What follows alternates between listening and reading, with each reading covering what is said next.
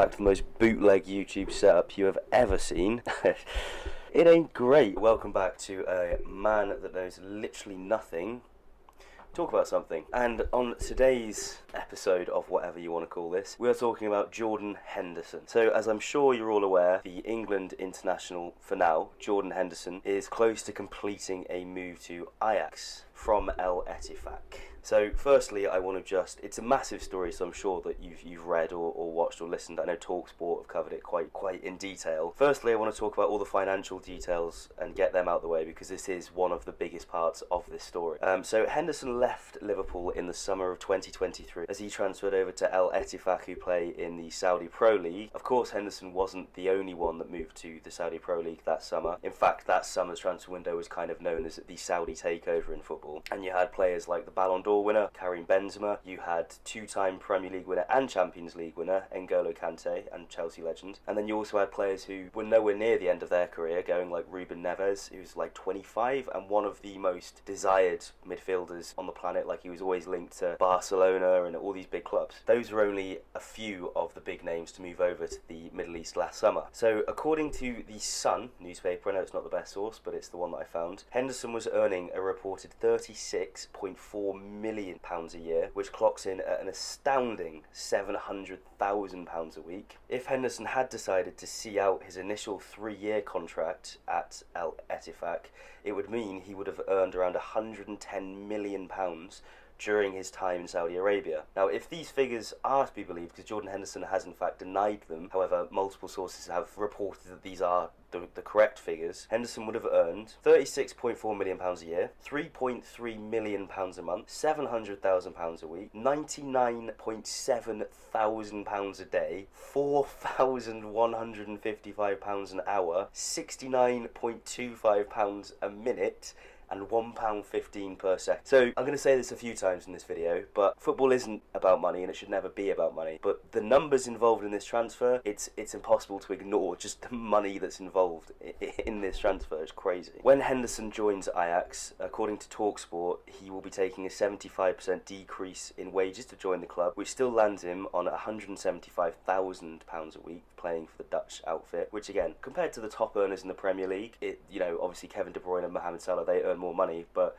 for an Ajax player playing in the Eredivisie at 33 years old to be picking up 175 grand a week is still crazy. So, he's taken a pay cut, but it's a drop in the ocean. Jordan Henderson has made some clearly uninformed decisions, which means his career post-Liverpool has been a financial frenzy. According to multiple sources, Henderson's departure will save Al Ettifaq £8 million, along with further payments if Henderson qualifies for the Champions League with Ajax. Like I said, football isn't about money, but the sheer numbers involved in this transfer are insane. Anyway, now we've looked at the finances, let's look at a little bit more of the human side to why Henderson wanted to leave Ettifaq. Firstly, obviously his family apparently haven't taken to the move very well, and I can understand that. Moving from Liverpool to the Middle East is, night and day. And then also Henderson apparently has not really adapted to the heat and the climate of Saudi Arabia compared to obviously Liverpool and Sunderland. It's quite different. That's another reason why Henderson hasn't enjoyed playing there. Henderson has also made 17 appearances for El Ettifaq, but they've only gained 25 points, I think, from 19 games.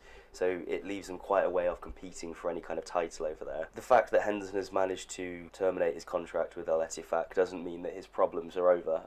They're far from it, actually. One of the biggest pulls for Jordan Henderson coming back to European football is the fact that the European Championships kick off this summer in Germany. And I think because Jordan Henderson has moved back to Europe and will be consistently playing at a higher level than 900 people, it means that Jordan Henderson will get into the England squad. I think that based on Gareth Southgate's past loyalty to Henderson, it's implied that Henderson will go. Whether he plays or not, that's a different question. I think he probably will, because as much as you can criticise Henderson's decisions to go and play in the Middle East and sort of sell his soul for all this money, Henderson also has more experience than nearly any player in the England squad. When he's put into a midfield with Declan Rice and Jude Bellingham, it's not going to be a bad thing. He's going to help them to shine, he's going to help them to play properly, and even in the dressing room he's going to be a big presence. So you can question whether morally Jordan Henderson should be included in the England squad, because he's obviously made a little bit of a morally corrupt decision option to go and play in the Middle East. In terms of football, Henderson benefits that changing room and benefits the team quite a lot. So I think that, like I said, that coupled with the fact that he is now playing at a much higher standard in the Eredivisie means that he will go to Germany and play in the Euros. I suppose that's one problem solved for Henderson, and that was a big concern that he wasn't going to be included in the Euro squad. But Henderson's move to El Ettifaq has done some serious damage to his career and reputation, because Henderson is now competing in arguably the 5th best league in Europe.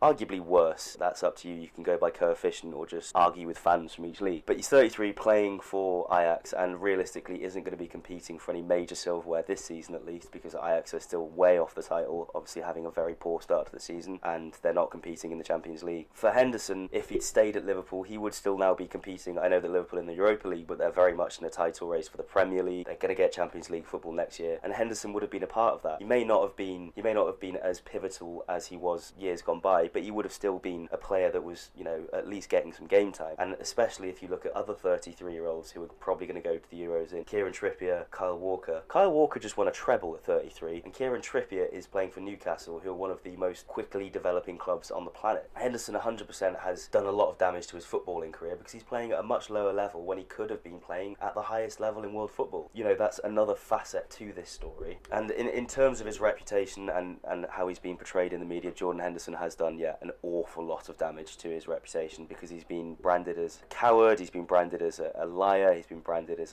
selling his soul. Obviously, Jordan Henderson has been a massive spokesperson for the LGBTQ plus community in the Premier League and in the wider footballing world. So when he made the move to Saudi Arabia, obviously he kind of cut his ties and destroyed any kind of relationship he had with that community. He was playing in a country in which being transgender is you're condemned for that. You're condemned for, being gender fluid, you're condemned for being homosexual, and you're condemned for being bisexual, and same-sex marriage is literally illegal. And this kind of plays into how Henderson has further damaged his career. He came out and said that no, I haven't gone to Saudi Arabia and to El Ettifaq for the money. It's not the money at all. It's to change the culture over there and to try and increase diversity, which I think the implication was being that he was going to try and develop a more accepting culture for gay people and the LGBTQ plus community. Let's be honest, Jordan Henderson, you were never going to check. Jordan Henderson moving to El Ettifaq, that's not going to change the culture. And if you were that devoted to changing the culture, why have you left after 6 months? Clearly has shown that Jordan Henderson made that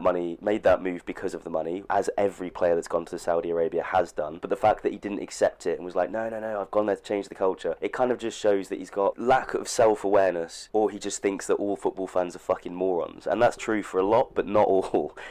That's gonna hurt. He's been on front pages of newspapers which have slandered him, and he played at Wembley against Australia, I think it is, for England, and he was getting booed by the fans. And generally he's just now being seen as a bit of a scumbag. And I know that I shouldn't really throw insults like scumbag about, but go and ask football fans what they think of Jordan Henderson. Amongst all this, he hasn't done any favours for his Liverpool career. Now, I'm not saying that he's still not a Liverpool legend, because he is. He spent 11 seasons at the club. He's won the Champions League, he's won the Premier League, he's won 2 League Cups, FA Cup, he's been the captain of one of the best Liverpool teams of all time. But again, leaving that legacy behind for money, it leaves a bit of a sour taste in the mouth, because Jordan Henderson probably could have stayed for Liverpool for a couple more years and given a little bit more to the club, in terms of could have potentially won another Prem or another Champions League. So I don't think Liverpool fans hold any grudges towards Henderson. Maybe some of the members of the LGBTQ plus Liverpool community probably don't like him anymore, but in terms of the wider Liverpool community, I don't think that he's damaged his reputation massively. Certainly there's like a despondence now, where it's like,